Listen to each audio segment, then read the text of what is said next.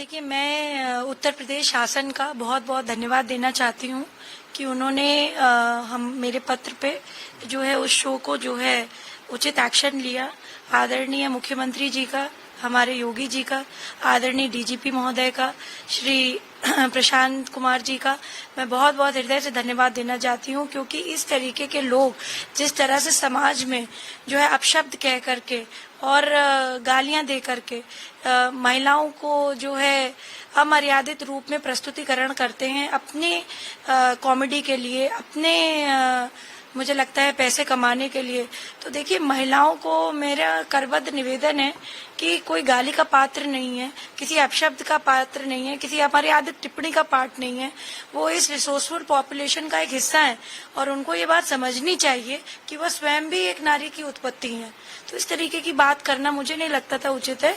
और पुनः पुनः मैं ये समझती हूँ कि उत्तर प्रदेश के मुखिया श्री योगी जी ने जो ये डायरेक्शंस दिए हैं पूरे शासन को, आदरणीय डीजीपी महोदय ने जो शासन को एनओसी नहीं दी उस शो को, मैं बहुत बहुत धन्यवाद करती हूँ।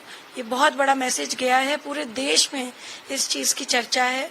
और किसी भी तरीके से लखनऊ जैसी भूमि पर जो तहजीब की भूमि रही है, जो सभ्यता की भूमि रही है, इसको लक्ष्मण का नगरी कहा गया है। और लक्ष्मण जी तो कभी भी उन्होंने बर्दाश्त नहीं किया किसी भी महिला के लिए जो है मैं समझती हूँ किसी भी तरीके का अपमान नहीं बर्दाश्त किया। यहाँ तक कि उन्होंने उस महिला के ऊपर भी जो है ना उनका नाक काटने का काम किया जिस महिला ने उनकी माता जैसी सीता माँ को जो है अपशब्द कहे थे। तो यानी कि कोई भी हो, महिला हो चाहे पुरुष हो, माताओं को, बहनों को आप गाली ना दें। जी। अभी देखने को मिल रहा है कि चाहे जो सोशल मीडिया पे ऐसे कंटेंट्स हो या जो तमाम यूट्यूब चैनल्स हैं, उस पर ऐसे कंटेंट्स की भरमार है, तो क्या इसके लिए कोई नियमावली बनाने की जरूरत है ताकि जो है इन कंटेंट्स को रोका जा सके? इस चीज के लिए मैं प्रदेश सरकार को अपनी तरफ से पत्र जरूर लिखूंगी और जो है मैं आदरणीय प्रधानमंत्री जी श्री नरेंद्र मोदी जी से भी यह विनती करती हूँ कि जो है इस प्रकार के कंटेंट को रोकने के लिए, क्योंकि यूट्यूब बहुत ही जो है किसी तरीके का उस पे रेगुलेशन नहीं है। हमारे छोटे से छोटे बच्चे के हाथ में आजकल डिजिटल फोन है।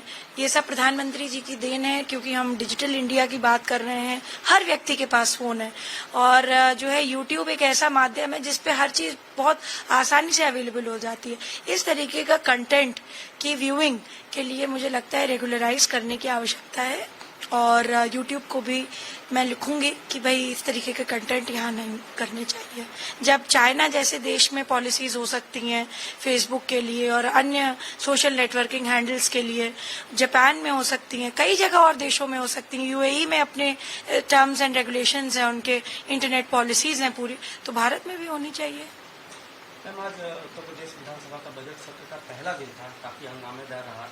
राज्यपाल आनंदीबेन पटेल भाषण दे रहे थे, उस समय भी विपक्ष ने खूब जोरदार हंगामा बोला, खूब स्लोगन्स किए, जिसकी वजह से उनको बीच में ही अपनी भाषण दिया। मैं समझती हूँ, देखिए महामहिम जो गवर्नर महोदय हैं श्रीमती आनंदीबेन पटेल जी, वो बहुत ही सम्मानित और गरिमामय पोस्ट पर हैं और उत्तर प्रदेश का गवर्नर अगर किसी भी तरीके से कोई भी बात अपनी सत्र में शुरुआत में रखना चाहे तो विपक्ष को भी उसकी बात सुननी चाहिए थी।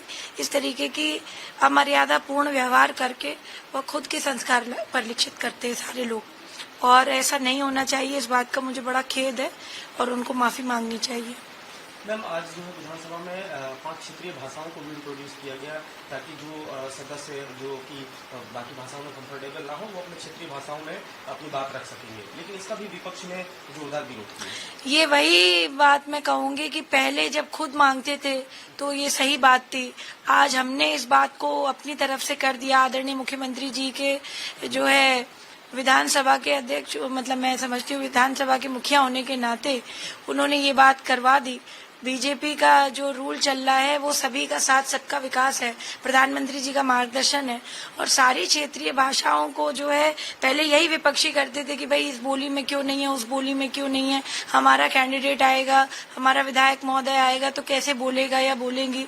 तो इस प्रकार की जो बातें हैं, मैं समझती हूँ कि बीजेपी पार्टी ही ऐसी है कि हमारे यहाँ पे सबका साथ सबका विकास का जो एक एजेंडा है, हम उसको सिर्फ कहते नहीं है, करके दिखाते हैं। और आज इस बात का ये सबूत है, ये प्रमाण है कि 5 जो है क्षेत्रीय भाषाओं को विधानसभा में बोलने के लिए ऑफिशियल तरीके से घोषित कर दिया गया है। अब इस पे जो है विपक्ष को मिर्ची क्यों लग रही है, ये सवाल मुझे लगता है विपक्षियों से पूछना चाहिए, क्योंकि पहले यही लोग थे जो कहते थे कि भाई ये वाली भाषा को इंक्लूड करिए, इसको भी आप इंक्लूड करिए, क्योंकि जो है हमारे लोग कैसे बोलेंगे, कैसे वार्ता करेंगे, कैसे अपनी बात रखेंगे। और अब जब वो हो गया है तो इनको बहुत खराब लग रहा है। ये सिर्फ मिसगाइडेंस की बात करते हैं जी।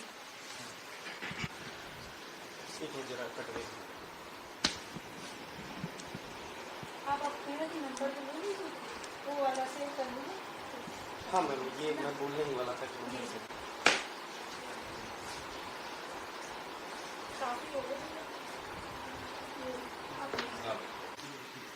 मैम उदित राज कांग्रेस के नेता हैं, पूर्व लोकसभा के सदस्य भी रह चुके हैं। उन्होंने बीएसपी सुप्रीमो मायावती के लिए अभद्र टिप्पणी का प्रयोग किया है। वो कहा है कि जिस तरीके से सामाजिक आंदोलन का उन्होंने गलत होता है, अब समय आ गया है कि उनका भी गलत होगा। देखिए, महिलाओं के लिए इस प्रकार की बात, किसी भी दल की महिला हो उसका सम्मान होना चाहिए। और ये उदित राज जी उसी पार्टी के जो है नेता हैं, जो पार्टी उत्तर प्रदेश जैसी भूमि पर जब चुनाव की बारी आती है तो पैर चाटते हुए बहन जी के चले जाते हैं। तो मैं समझती हूँ कि इस तरीके की बात उन्होंने क्यों कही है, अपने आला कमान से पूछें वो पहले। और हो सकता है ये बात उन्होंने इसलिए कही हो कि आला कमान ने कही हो, तो बहन जी भी सचेत हो जाएं आगे के लिए कि जो है कांग्रेसी अगर आए तो उनके साथ कैसे उनको पेश आना चाहिए। जैसे कि मैं सो रहा हूँ तो पिताजी को जगाना है मुझे, तो वो डायरेक्ट उठाने के बजाय, और हिंसा की परंपरा मेरे यहाँ नहीं थी सौभाग्य से, तो वो क्या करते थे कि उस कमरे में आ जाएंगे या बाहर से गुजरेंगे और चौपाई बोलेंगे, प्रात काल उठिके रघुनाथा मात पिता गुरु नावहि माता। कभी कभी मैं गुस्से में उठ करके अरे पापा, चरण स्पर्श किया और सो गया। मैंने कहा अब मत उठाना।